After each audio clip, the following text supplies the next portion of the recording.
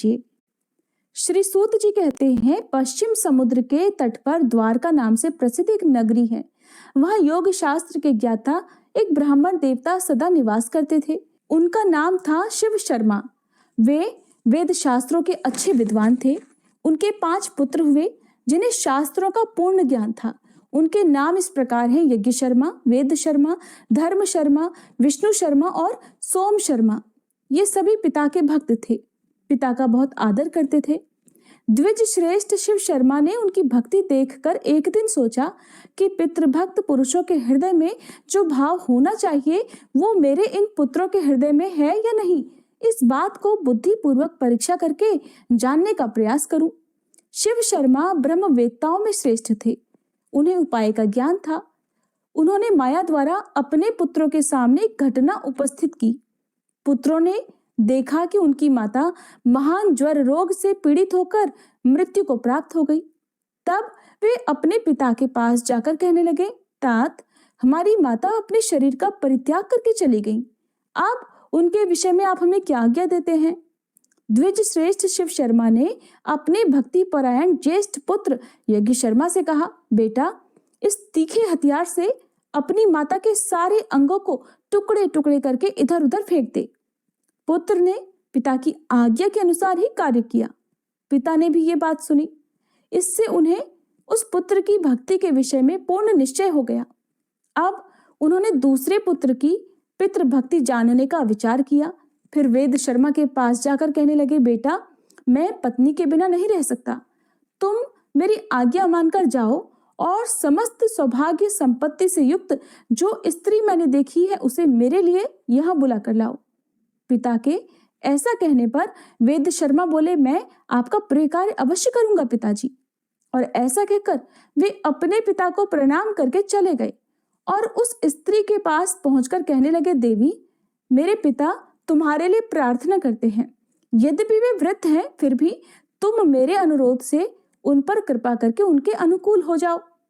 वेद शर्मा की ऐसी बात सुनकर माया से प्रकट हुई उस स्त्री ने कहा, ब्राह्मण, तुम्हारे पिता बुढ़ापे से कष्ट पा रहे हैं, अतः मैं कदापि उन्हें अपना पति नहीं बनाना चाहती। उन्हें खांसी का रोग है, उनके मुंह में कफ भरा रहता है। इस समय दूसरी बीमारियों ने भी उन्हें पकड़ रखा है। रोग के कारण वे शिथिल और कमजोर हो गए हैं, अतः मुझे उनका समागम नहीं चाहिए। मैं तो तुम्हारे साथ रमण करना चाहती हूँ। मैं तुम्हारा प्रिय कार्य करूंगी। तुम दिव्य लक्षणों से संपन्न, दिव्य रूपधारी और महान तेजस्वी हो, इसलिए मैं तुम्ही को पाना चाहती हूँ। मानद, उस बूढ़ी को लेकर क्या करोगे? मेरे शरीर का उपभोग करने से तुम्हें समस्त दुर्लभ सुखों की प्राप्ति होगी। विप्रवर, तुम्हें जिस जिस वस्तु की इच्छा होगी वो सब मैं तुम्हें लाकर दूंगी, इसमें बिल्कुल भी संदेह नहीं है। ये महान पाप भरे अप्रिय वचन सुनकर वेद शर्मा ने कहा, देवी, तुम्हारा वचन अधर्मयुक्त, पाप मिश्रित और अनुचित है। मैं पिता का भक्त और निरपराध हूँ, इसलिए मुझसे ऐसी बात मत कहो। शुभे, मैं तो अपने पिता के लिए ही यहाँ आया हूँ और उन्हीं के लिए तुमसे प्रार्थना करता हूँ। इसके विपरीत दूसरी कोई बात मत कहो। मेरे पिताजी को ही स्वीकार कर लो। देवी, इसके लिए तुम चराचर प्राणियों सहित त्रिलोकी की जो जो वस्तु चाहोगी वो सब निस्संदेह मैं तुम्हें अर्पण करूंगा।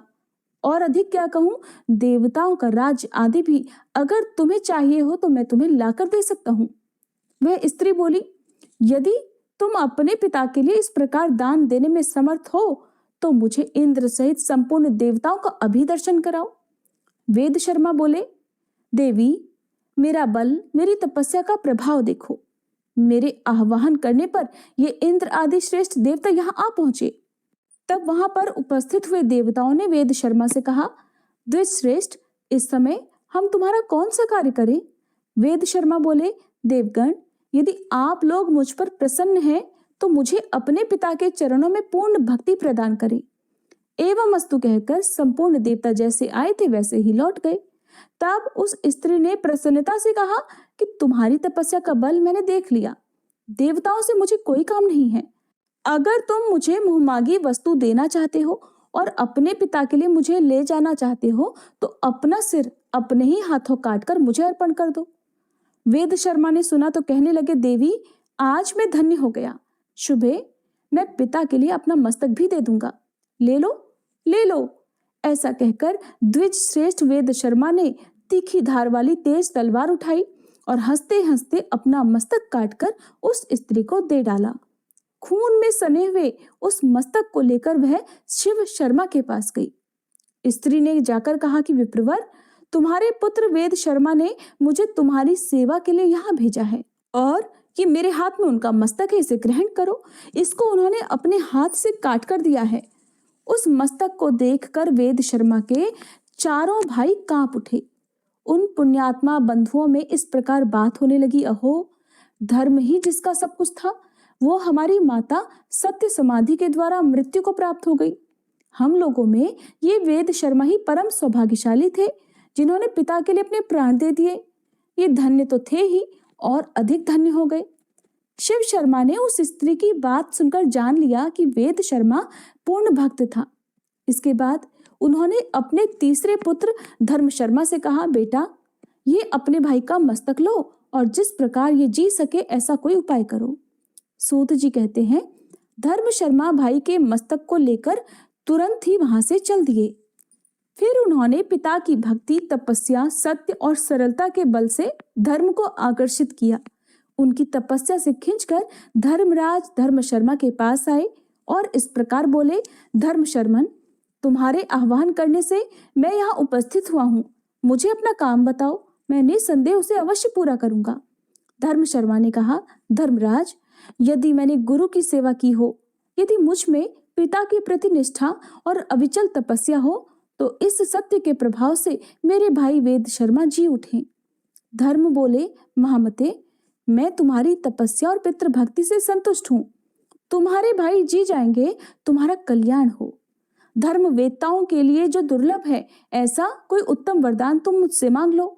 धर्म शर्मा ने धर्म का जब ये उत्तम वचन सुना तो उस महायशस्वी ने महात्मा वैवस्वत से कहा, धर्मराज, यदि आप मुझ पर प्रसन्न हैं तो पिता के चरणों की पूजा में अविचल भक्ति, धर्म में अनुराग और अंत में मोक्ष का वरदान मुझे दे दीजिए। तब धर्म ने कहा, मेरी कृपा से ये सब कुछ तुम्हें प्राप्त हो जाएगा। उनके मुख से ये महावाक्य निकलते ही वेद शर्मा उठकर खड़े हो गए, मानो वे सोते से जाग उठे हों। उठते ही महाबुद्धिमान वेद शर्मा ने धर्म शर्मा से कहा, भाई, वे देवी कहाँ गई और पिताजी कहाँ हैं? धर्म शर्मा ने थोड़े में सब हाल कह सुनाया। सब हाल जानकर वेद शर्मा को बड़ी प्रसन्नता हुई। उन्होंने धर्म शर्मा से कहा, प्रिय बंधु, इस पृथ्वी पर तुम्हारे जैसा मेरा हितैषी कौन है? इसके बाद दोनों भाई प्रसन्न होकर अपने पिता शिव शर्मा के पास गए। उस समय धर्म शर्मा ने तेजस्वी पिता से कहा, महाभाग, आज मैंने आपके पुत्र वेद शर्मा को मस्तक और जीवन के साथ यहाँ ला दिया है, आप इन्हें स्वीकार कीजिए। इसके बाद शिव शर्मा ने विनीत भाव से सामने खड़े हुए चौथे पुत्र महामती विष्णु शर्मा से कहा, बेटा, मेरा कहना मानो, आज ही इंद्रलोक को जाओ और वहां से अमृत लेकर आओ। मैं अपनी इस प्रियतमा के साथ इस समय अमृत पीना चाहता हूँ, क्योंकि अमृत सब रोगों को दूर करने वाला है। महात्मा पिता का ये वचन सुनकर विष्णु शर्मा ने उनसे कहा, पिताजी, मैं आपके कहे अनुसार सब काम करूंगा। ऐसा कहकर परम बुद्धिमान धर्मात्मा विष्णु शर्मा ने पिता को प्रणाम किया और उनकी परिक्रमा करके अपने महान बल, तपस्या तथा नियम के प्रभाव से आकाश मार्ग द्वारा इंद्रलोक की यात्रा की। अंतरिक्ष मार्ग से जब वे आकाश के भीतर घुसे, तब देवराज इंद्र ने उन्हें देखा और उस कार्य में विघ्न डालना आरंभ कर दिया। उन्होंने अप्सरा मेनका से कहा, सुंदरी, मेरी आज्ञा से शीघ्रता से जाओ और विप्रवर विष्णु शर्मा के कार्य में बाधा डालो। देवराज की आज्ञा पाकर मेनका बड़ी उतावली के साथ चल दी। उसका सुंदर रूप था और वह सब प्रकार के आभूषणों से विभूषित थी। नंदनवन के भीतर पहुंचकर वो झूले में जा बैठी और मधुर स्वर से गीत गाने लगी। उसका संगीत वीणा के स्वर के समान था। विष्णु शर्मा ने उसे देखा और उसके मनोभाव को समझ लिया कि ये मेरी तपस्या में बाधा डालने आई है। उन्होंने सोचा, ये एक बहुत बड़े विघ्न के रूप में उपस्थित हुई है और देवराज इंद्र ने ही इसे भेजा है। ये मेरी भलाई नहीं कर सकती। ऐसा सोचकर वे जल्दी ही आगे बढ़ गए। मेनका ने उन्हें जाते हुए देखा तो पूछा, महामते, कहाँ जाओगे? विष्णु शर्मा बोले, मैं पिता के काम से इंद्रलोक में जाऊंगा। वहां पहुंचने के लिए मुझे बहुत जल्दी है। मेनका ने कहा, विप्रवर, मैं कामदेव के बाणों से घायल होकर इस समय तुम्हारी शरण में आई हूं। यदि धर्म का पालन करना चाहते हो तो मेरी रक्षा करो। विष्णु शर्मा बोले, सुमुखी, मुझे देवराज का सारा चरित्र मालूम है। तुम्हारे मन में क्या है ये भी मुझसे छुपा नहीं है। तुम्हारे तेज और रूप से विश्वामित्र आदि दूसरे लोग ही मोहित होते हैं। मैं शिव शर्मा का पुत्र हूँ। मुझ पर तुम्हारा जादू नहीं चल सकता। अबले मैं योग सिद्धि को प्राप्त हूँ, तपस्या से सिद्ध हो चुका हूँ। काम आदि बड़े बड़े दोषों को मैंने पहले ही जीत लिया है। तुम किसी दूसरे पुरुष का आश्रय लो, मैं इंद्रलोक को जा रहा हूँ। ऐसा कहकर द्विज श्रेष्ठ विष्णु शर्मा शीघ्रता से चले गए। मेनका का प्रयास निष्फल हो गया। देवराज के पूछने पर मेनका ने सब कुछ बता दिया। तब इंद्र ने बारंबार विघ्न उपस्थित किया, किंतु महायशस्वी ब्राह्मण ने अपने तेज से उन सभी विघ्नों का नाश कर दिया। उनके उपस्थित किए हुए भयंकर विघ्नों का विचार करके महातेजस्वी विष्णु शर्मा को बड़ा क्रोध हुआ। उन्होंने सोचा, मैं इंद्रलोक से इंद्र को ही गिरा दूंगा और देवताओं की रक्षा के लिए दूसरा इंद्र बनाऊंगा। वे इस प्रकार विचार कर ही रहे थे कि देवराज इंद्र वहां आ पहुंचे और बोले, महाप्राज्ञ विप्र, तपस्या, नियम, इंद्रिय संयम, सत्य और शौच के द्वारा तुम्हारी बराबरी करने वाला दूसरा कोई नहीं है। तुम्हारी इस पितृभक्ति से मैं देवताओं सहित परास्त हो गया। साधु श्रेष्ठ, तुम मेरे सारे अपराध क्षमा करो और मुझसे कोई वर मांगो, तुम्हारा कल्याण हो। तुम्हारे मांगने पर मैं दुर्लभ से भी दुर्लभ वर दे दूंगा। ये सुनकर विष्णु शर्मा ने देवराज से कहा, आपको महात्मा ब्राह्मणों के तेज का विनाश करने की कभी चेष्टा नहीं करनी चाहिए इंद्र, क्योंकि यदि श्रेष्ठ ब्राह्मण क्रोध में भर जाएं तो समस्त पुत्र पौत्रों के साथ अपराधी व्यक्ति का संहार कर सकते हैं। इसमें बिल्कुल भी संदेह नहीं। यदि आप इस समय यहाँ न आए होते तो मैं अपनी तपस्या के बल से आपके इस उत्तम राज्य को छीनकर किसी दूसरे को दे डालने का विचार कर चुका था। मेरी आंखें क्रोध से लाल हो रही थी, किंतु आपके आने से मेरा भाव बदल गया। देवेंद्र, आप आकर मुझे वर देना चाहते हैं तो अमृत दीजिए, साथ ही पिता के चरणों में अविचल भक्ति प्रदान कीजिए। इस प्रकार वार्तालाप होने पर देवराज इंद्र ने प्रसन्न मन से ब्राह्मण को अमृत से भरा घड़ा लाकर दिया और वरदान देते हुए कहा, विप्रवर, अपने पिता के प्रति तुम्हारे हृदय में सदा अविचल भक्ति बनी रहेगी। ऐसा कहकर देवराज ने ब्राह्मण को विदा किया।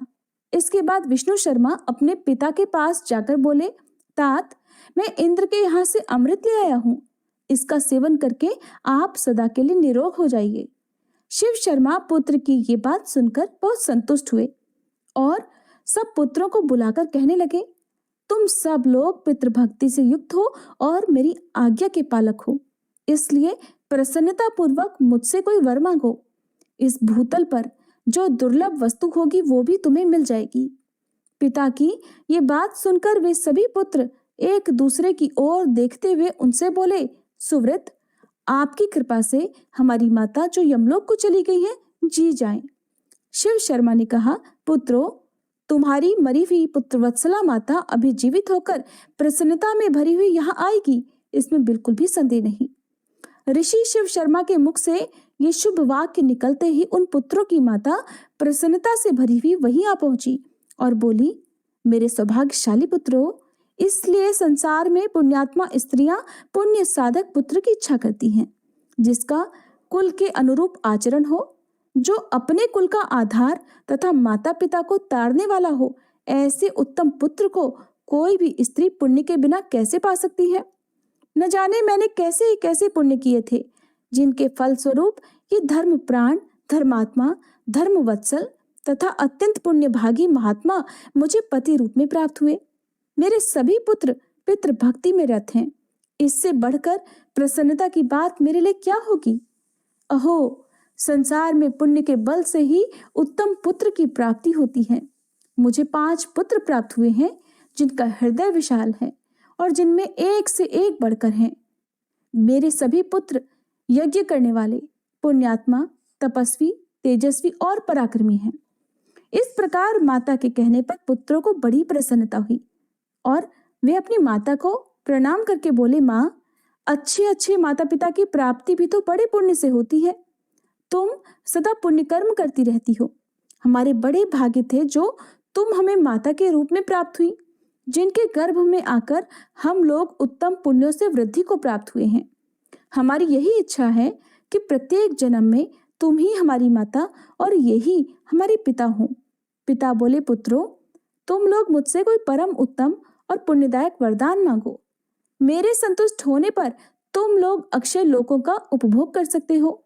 तब पुत्रों ने कहा, पिताजी, यदि आप हम पर प्रसन्न हैं और वर देना चाहते हैं तो हमें भगवान श्री विष्णु के गोलोक धाम में भेज दीजिए, जहाँ किसी प्रकार की चिंता और व्याधि नहीं फटकने पाती। पिता बोले, पुत्रों, तुम लोग सर्वथा निष्पाप हो, इसीलिए मेरे प्रसाद, तपस्या और इस पितृ भक्ति के बल से वैष्णव धाम को जाओ।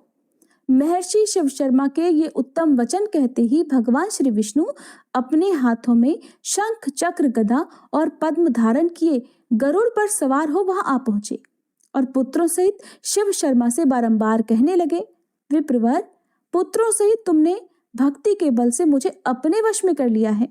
अतः इन पुण्यात्मा पुत्रों और पति के साथ रहने की इच्छा वाली इस पुण्यमयी पत्नी को साथ लेकर तुम मेरे परम धाम को चलो। शिव शर्मा ने कहा, भगवान, ये मेरे चारों पुत्र ही इस समय परम उत्तम वैष्णव धाम में जाएं। मैं पत्नी के साथ अभी भूलोक में ही कुछ समय बिताना चाहता हूँ। मेरे साथ मेरा कनिष्ठ पुत्र सोम शर्मा भी रहेगा। सत्यभाषी महर्षि शिव शर्मा के ऐसा कहने पर देवेश्वर भगवान श्री विष्णु ने उनके 4 पुत्रों से कहा कि तुम लोग दाह और प्रलय से रहित मोक्षदायक गोलोक धाम को चलो। भगवान के ऐसा कहते ही उन चारों सत्य तेजस्वी ब्राह्मणों का तत्काल विष्णु जी के समान ही रूप हो गया। उनके शरीर का श्याम वर्ण इंद्र नीलमणि के समान शोभा पाने लगा। उनके हाथों में शंख, चक्र, गदा और पद्म सुशोभित होने लगे। वे श्री विष्णु रूपधारी महान तेजस्वी द्विज पितृभक्ति के प्रभाव से विष्णु धाम को प्राप्त हो गए। जब वे चारों पुत्र गोलोक धाम को गए तब उनके साथ जो कुछ भी हुआ और वहां पर उन्होंने जो कुछ भी देखा उसका विस्तार पूर्वक वर्णन आप सभी अगले अध्याय में जरूर सुनिएगा। उम्मीद है आज की ये कथा आपको पसंद आई होगी।